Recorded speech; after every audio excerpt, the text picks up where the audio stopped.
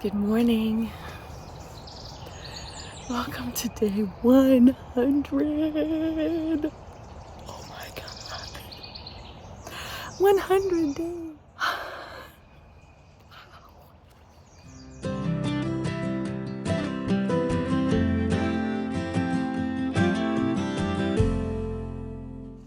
Who says you can't have a funfetti birthday cupcake for breakfast? When you're a thru hiker, you can have anything you want.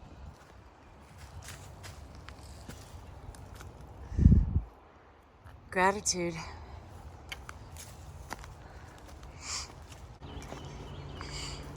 So we had a good night last night. Stuffed ourselves silly. There were lots of people eating pizza for breakfast this morning too. Which was funny. Not me. I got it for lunch.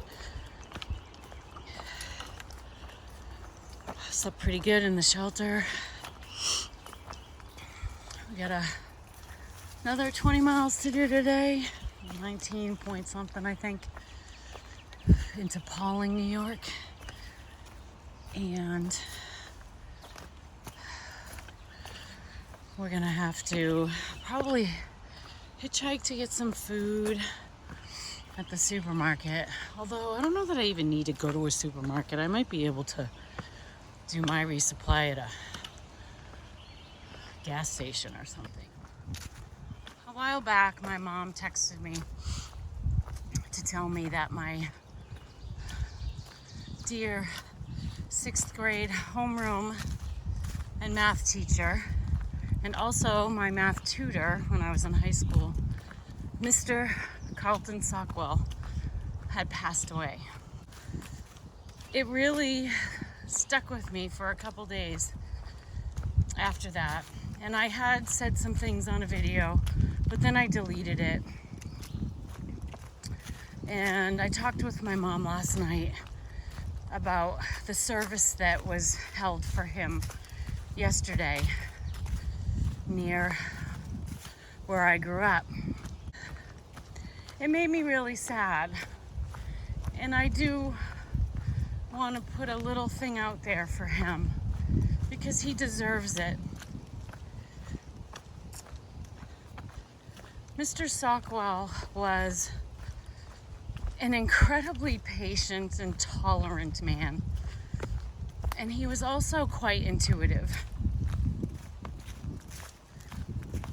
I would say for him, his world revolved around his students. Not only was he a patient and kind and caring educator, but he was an avid photographer. He would go to all the school events, and it didn't matter, like high school, middle school, whatever, because we were all his students. Former students, past and present, he was all about the kids. He would go to all those sporting events and things like that and take photographs, and we would often see his photography in the town newspaper of those highlights. I'll never forget going into 6th grade where I had just moved to New Hampshire the year before. So I had done 5th grade in a small town in New Hampshire where I didn't know anybody. And coming from a Catholic school down in Massachusetts and going into a public school in New Hampshire was like a culture shock for me. It was scary. The kids a lot of them weren't nice. And I was just in a different world. A very different world. Like the first day of school, I was wearing a dress. And all the other kids were wearing jeans. Levi's jeans and flannel shirts. And I stuck out like a sore thumb. It was just a different world in New Hampshire. So 6th grade was another intimidating situation because it was the town that I'd spent my first year in, so 5th grade, converging with another town, a neighboring town, into this middle school. And not only did I not have solidified friendships with anyone from the town I came from, because I'd only been there 1 year, but now I was in the mix with a whole bunch of kids that had solidified relationships with their town too. So I felt like a fish out of water there. And Mr. Stockwell was my 6th grade homeroom teacher. And I'll never forget walking into his classroom, which was yellow. And on the blackboard, he had drawn a picture of a sock and a well. And he had his name written on the board with that, and it said Mr. Stockwell. He would enunciate all of his words, and he spoke incredibly, knowledgeable. You knew the guy knew what he was talking about. And I think he automatically earned respect for that. He was serious when it warranted seriousness, and he was funny when a sense of humor was needed. In the 6th grade, there was a trip called Nature's Classroom. And I believe part of the basis of the trip, or the objective of the trip, was to bring these 2 towns of children together and have them do all these outdoor activities and really integrate them with each other.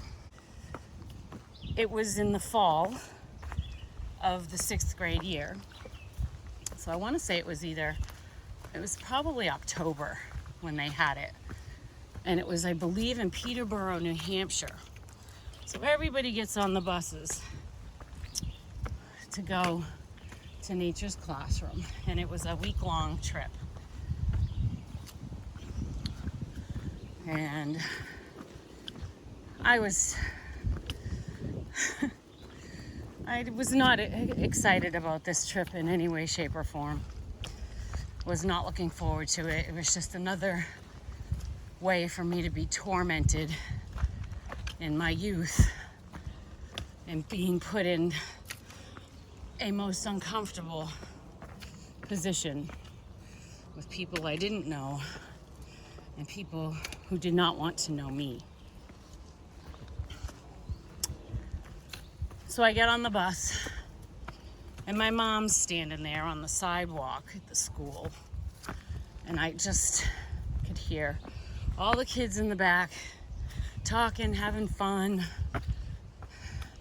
doing their thing, being kids, doing what they should be. And I just sat in like the second seat, and I cozied up to the window, and I looked out at my mom like, I don't want to do this, but I know I don't have a choice. And after talking with her last night, she was looking at me thinking I just want to yank her off that bus and bring her home and hug her. I love you, Ma. That was a tough time for me. Not your fault in any way, shape, or form. Just being a kid sometimes is shitty. It's hard. Kids are mean. So, Mr. Stockwell eventually gets on the bus once everybody's loaded and all their crap's loaded. And he's doing some announcement, I think. And then he just casually sits next to me. It wasn't a casual thing. He knew. He knew that I was this little outsider kid, and I was terrified. And he was trying to make me feel cared for. And that's how Mr. Sockwell was. He was a really caring person. And just by sitting with me, it gave me comfort. I wasn't alone. Mr. Sockwell sat with me. And then when I was in high school, I was so bad in math, my parents hired him to be my tutor. And again, you know, being a high school student was a lot different relationship than when I'd been in 6th grade. And there was more joking around and more conversation, and that guy was awesome. I think his world was his students. I really do, or a big part of it. And I think that we all benefited from him in some way. Mr. Sockwell, I hope you rest in peace, dear man. And I hope that you know how profoundly you impacted thousands of human beings throughout your career as an educator. I do hope you know how much you meant to people.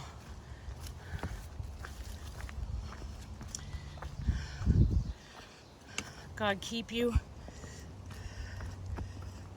and rest in peace until one day we all meet again.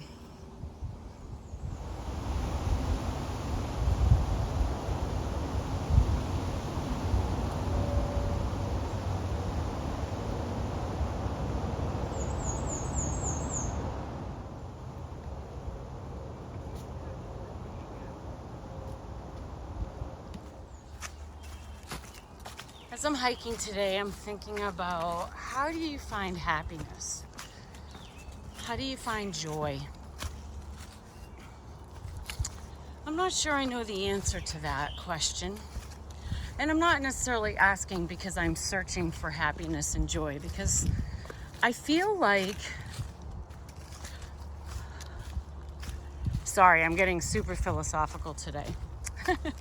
I feel like that happiness and joy in your heart comes from gratitude.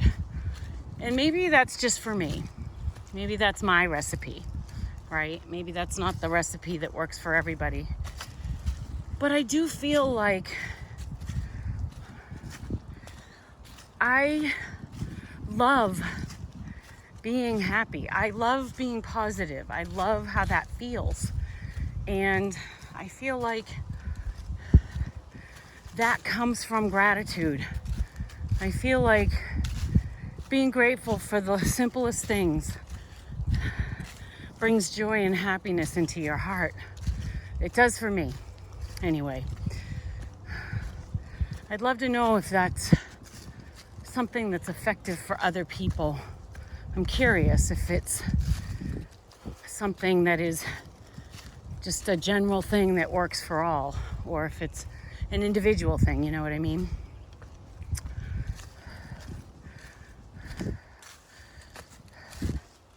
Because I know sometimes people struggle with that. They struggle with being happy. And Pace and I were talking yesterday afternoon because she spent some time in the Peace Corps, which is incredibly admirable, in my opinion, in Africa. And she said it was really hard for a whole host of reasons.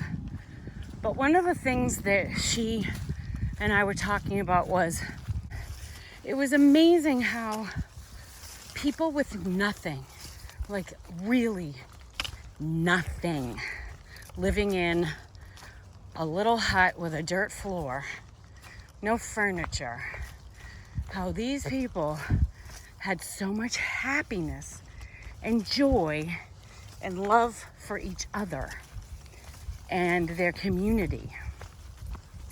And we were talking about that, and we were talking about how in our society, we have so much stuff, but we're not all very happy. Like, if you think about it, people generally don't seem that happy. Yet we have all this stuff. So I feel like we're missing the boat. It's not about, the stuff isn't going to bring you joy. It's the love for the people around you. It's the love for caring for the people around you that brings you joy. It's not cars and houses and pools and clothes and jewelry. I mean, sure, it brings you temporary joy, but I don't think it gives you that fulfillment. And I think that, you know, seeing what she saw and comparing it to how, I'll say me, I don't want to generalize and talk about other people that I don't know about, but I'll just say me. Yeah, when I buy shit, I feel good, I feel happy, I'm proud of myself. Hey, look at what I can afford because I worked my ass off. I can afford this fancy car or this fancy jewelry or whatever. And I'm proud of myself because I earned it. And there's nothing wrong with that. But does it bring me joy in my heart? Does it bring me happiness? No. No. It brings me momentary pride. Okay, sure. It doesn't bring my heart joy and happiness. What brings my heart joy and happiness is looking into my husband's eyes and seeing him smile. It's cuddling with my puppy. It's looking in my mom's eyes or my dad's eyes and seeing them smile and giving them a hug. Or my kids. It's seeing my kids having fun or being parents themselves. It's that. It's watching my grandkids play together and have fun and be a family. That's what makes my heart happy.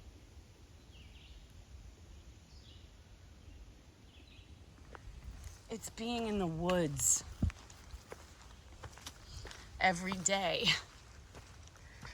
hiking, even though I'm in pain, just having the privilege to have this brain space all to myself to think and ponder and be philosophical, and then put it on a video and dump it on you. You can fast forward all this philosophical shit if you want. But I don't know. I feel like joy is in our experiences for ourselves, our own experiences as individuals, and with the people that we love. That's where happiness and joy are found. And I'm really, really hoping that this journey I'm on is going to somehow help me with that material aspect of life and guide me in a more minimalist direction. I really want that. But I will say, oopsie, almost. I will say it's hard because as soon as I'm deposited into society, like even the other day at the cidery, when we were there, you know, you can't help but look at other people and look at what they're wearing. And you look at their clothes, you look at their shoes. Well, I always look at shoes anyway. But you look at their cars, you look at all of that stuff, and you immediately get sucked into that mindset of, and then you look at yourself in the mirror in the bathroom and you're like, oh my God, I look like a vagrant. I look like I'm living out of a tent, because I am. And then you start to feel a little embarrassed. But for days on end, you don't even think about how you look when you're out here hiking with your tramily. and you're all having a good time together. That's another thing that brings you joy, is seeing the happiness on the faces of the people that you're spending your days and nights hiking with.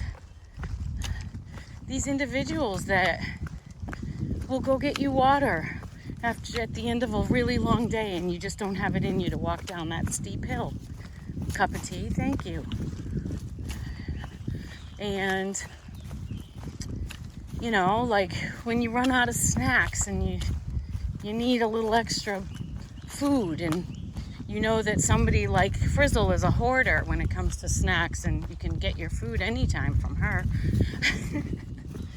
But it's stuff like that. It's just being a little tramily, caring for each other and seeing each other laugh and have fun. That's the stuff that brings joy and happiness, at least for me. If it's something that brings joy and happiness for you, and you got to think about it, you know, like really think about it. And then if you're not finding joy and happiness, you got to figure out what it is that brings that to you. And you have to do more of it. You have to find a way to fold more of that into your days.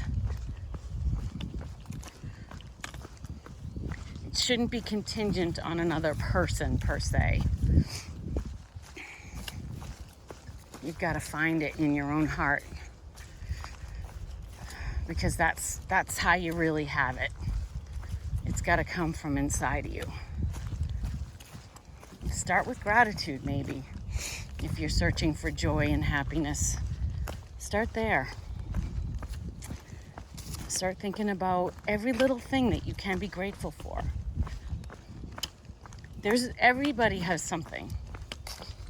Everybody has something. And build off of that. Get outside. Please. Get outside. Go hike.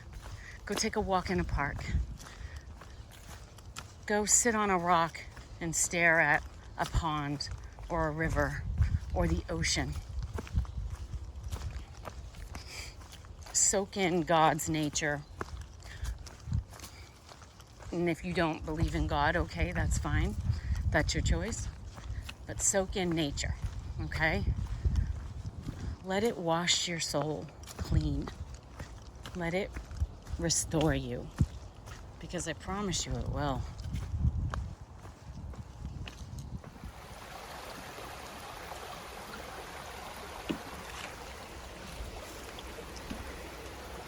Today's a really special day, and I would like to wish my amazing mother-in-law a very happy birthday. Happy birthday, Sandra. Thank you for your love and support and your prayers. I know that they help me every day I'm out here. They're helping me hike home. I hope you have a wonderful day today and that you get some lobster. Happy birthday. Love you.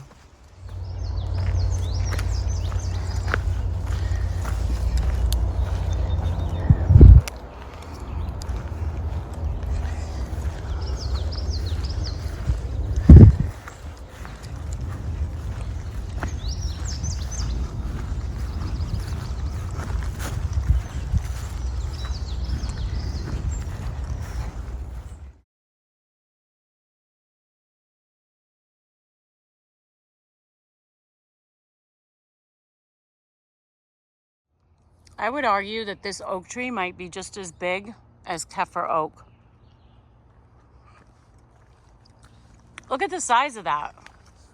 It's massive. Oh my word. That is massive. I'll take a picture of me in front of it. Can you tell how big this tree is? Look at it. It's massive.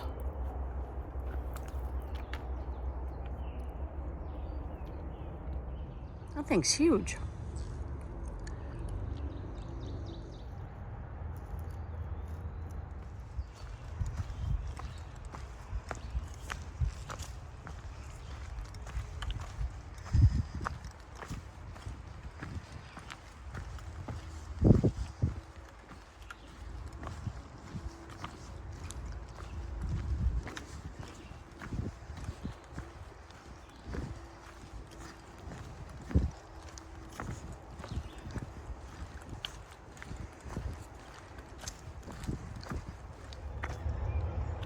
That is awesome.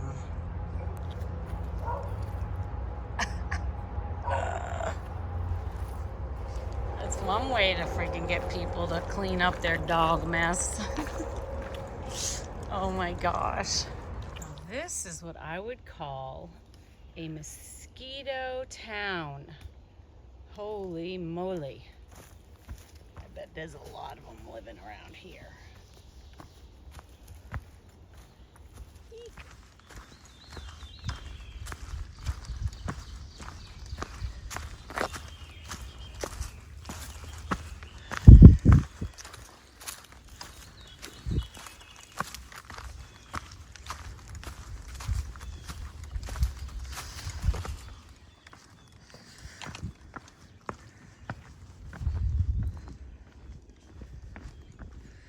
Look at that, 380 miles to Mount Washington, baby. Oh my God.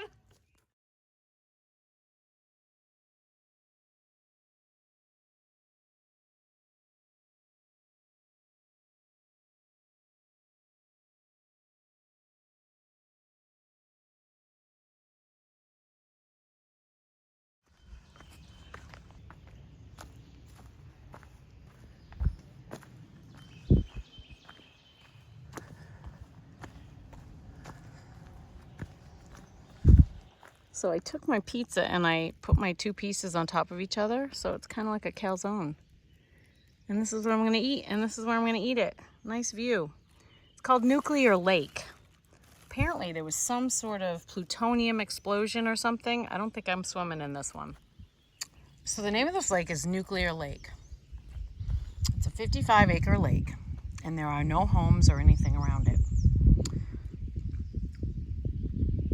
The Rockefellers, after World War II and the atom bomb, decided they wanted to try and figure out a way to take nuclear energy and do something positive for it, with it. And so they purchased all the land around this lake and the lake. And they created a research facility, I believe down there, where that grassy area is. So they had over 100 scientists working here, doing all of this work to try and, they were working with plutonium. Apparently, there was an explosion in 1972, and it contaminated everything. Don't think I would go in this water for a swim today. But interestingly, after that happened, the Nuclear Regulatory Commission pulled the license for the facility and shut them down, understandably. But they purposely put it out here because it is kind of in the middle of nowhere, and they purposely wanted it someplace where it would not be around people. Fascinating. There's a whole article on it if anybody's interested in reading about it. There's plenty of details out there, but pretty cool.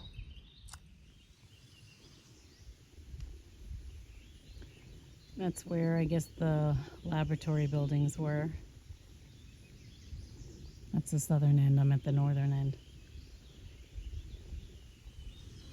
Very interesting.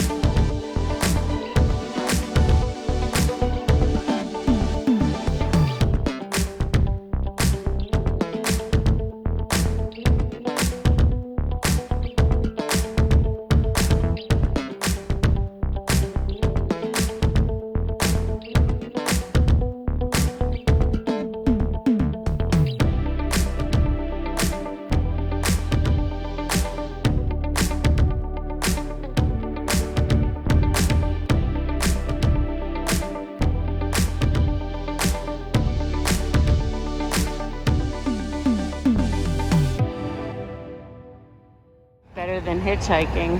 We're at the garden center and they're gonna give us a ride.